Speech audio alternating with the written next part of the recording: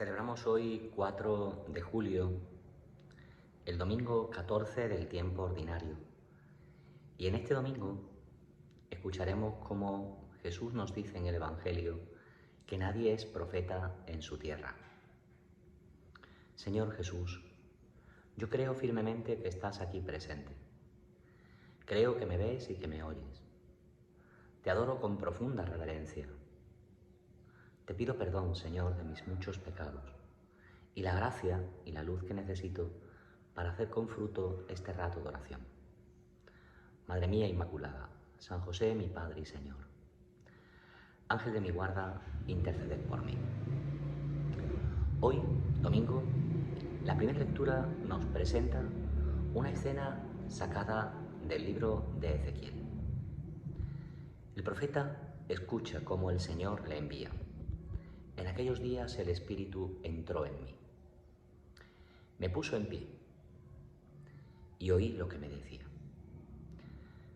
El profeta, el discípulo, aquel que es enviado por el Señor, recibe esa invasión del Espíritu, que lo pone en pie, con disponibilidad, con diligencia, y que le dice lo que tiene que hacer. También tú y yo, por el bautismo, estamos llamados a ser sacerdotes, profetas y reyes, y hemos recibido el Espíritu de Dios, que habita en la frágil y débil, en la contingente naturaleza de cada uno de nosotros, y que nos pone en pie para enviarnos también allí donde Él nos diga. Por eso es bueno saber que el Señor cuenta contigo, cuenta conmigo, para enviarte a ser su emisario, allí donde Él quiera. ¿Y qué le dice? Hijo de Adán, yo te envío a los israelitas, a un pueblo rebelde. No dice que sea fácil la misión, no dice tampoco que todos aquellos que nos escuchen sean receptivos. Te envío a un pueblo rebelde que se ha rebelado contra mí, quizá de manera pacífica, pero se han rebelado. También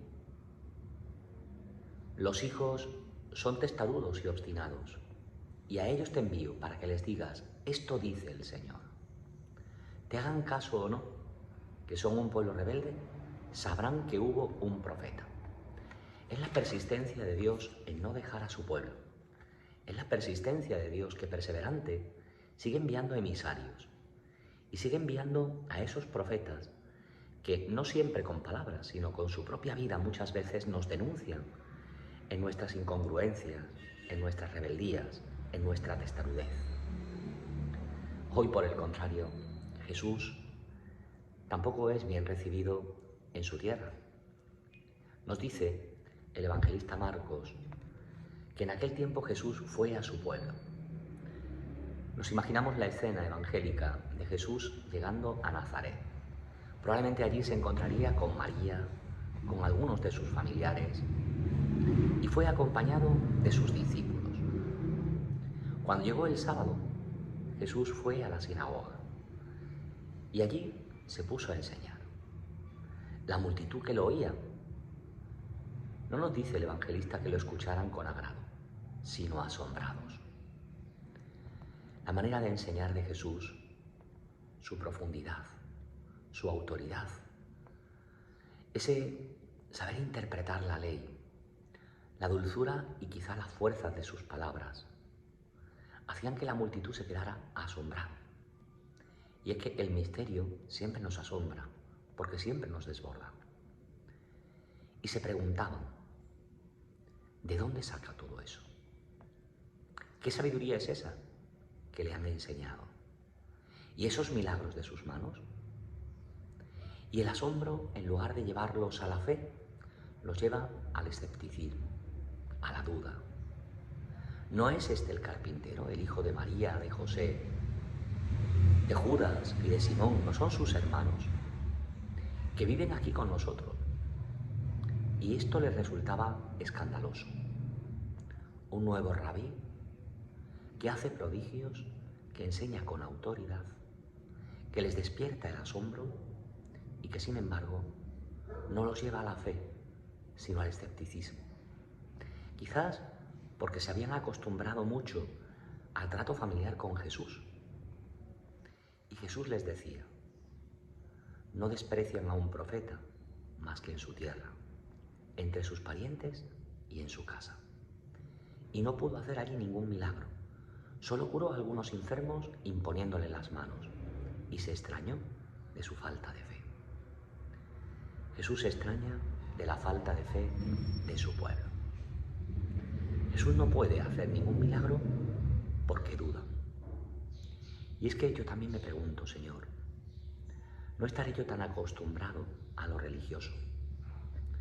¿No tendré yo también, pues, ese habituarme a lo sagrado, que ya no me estremezco ante el misterio? ¿Y qué misterio? El misterio de la fe, de vivir en fe. ¿No nos pasa muchas veces que podemos vivir como en ese ateísmo afectivo, donde la indiferencia, la falta de delicadeza, no se nos despierta porque estamos acostumbrados? ¿Te has parado a pensar alguna vez el misterio que supone la presencia de Jesús en la Eucaristía? La cercanía de Jesús que sigue hablándote en la oración cada día para ponerte en pie.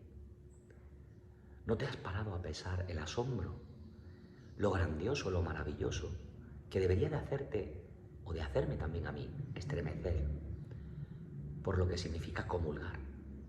Y sin embargo, probablemente el Señor se extraña de mi falta y de tu falta de fe.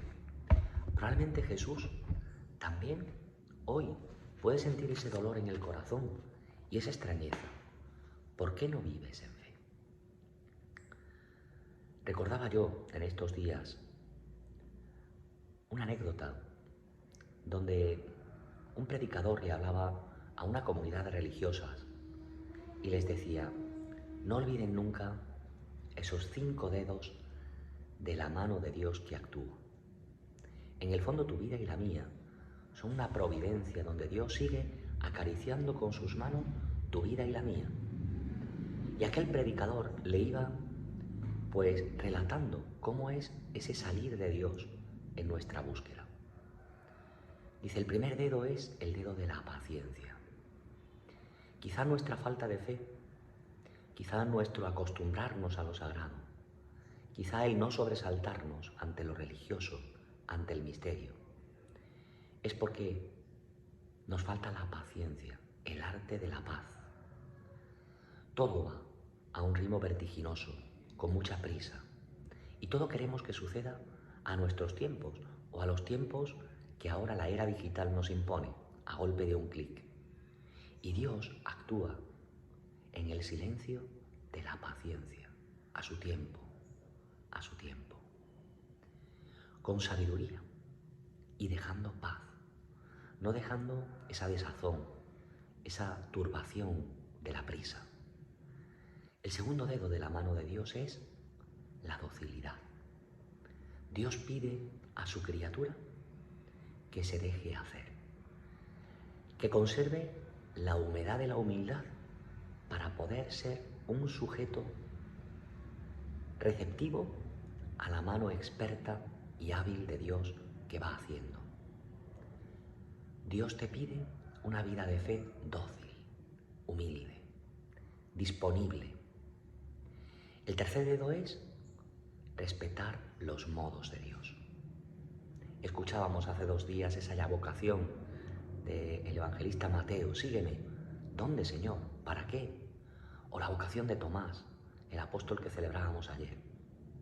Yo soy el experto. Yo soy quien lleva el designio.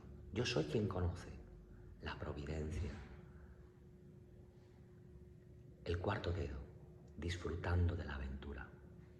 A veces queremos someterlo todo al juicio de nuestra razón y queremos controlarlo y queremos meterlo en nuestra cabeza. No, hay que disfrutar la aventura de quien la va haciendo, levantando el corazón en este presente de hoy, en mi hora, en mi día. Y el quinto dedo, viviendo en fe. Viviendo en fe, que es lo mismo que sometiendo nuestra inteligencia, nuestros criterios y juicios, arrodillándonos. Proskinesis significa eso, adoración, arrodillar la vida en fe a aquel que es digno de crédito, que es Dios. La paciencia, la docilidad, a los modos de Dios, disfrutando la aventura y viviendo en fe. Quizá Jesús extrañe también de tu falta y de mi falta de fe, porque nos hemos acostumbrado a lo sagrado. Y hoy, el apóstol San Pablo a los Corintios, yo creo que nos da como esa última pincelada para nuestro rato de oración. Hermanos, para que no tenga soberbia, se me ha clavado una espina en la carne y un ángel de Satanás me abofetea para que no sea soberbio. No sabemos cuál es esa espina que le causa tanto dolor al apóstol Pablo. Lo cierto es que él 3 veces le ha pedido al Señor verse libre de ese defecto, de ese pecado o de esa espina que le causa profundo pesar. Y Dios le ha respondido: te basta mi gracia, porque mi fuerza se realiza en la debilidad. Pues Señor Jesús, no te pido que me quites esas espinas de dolor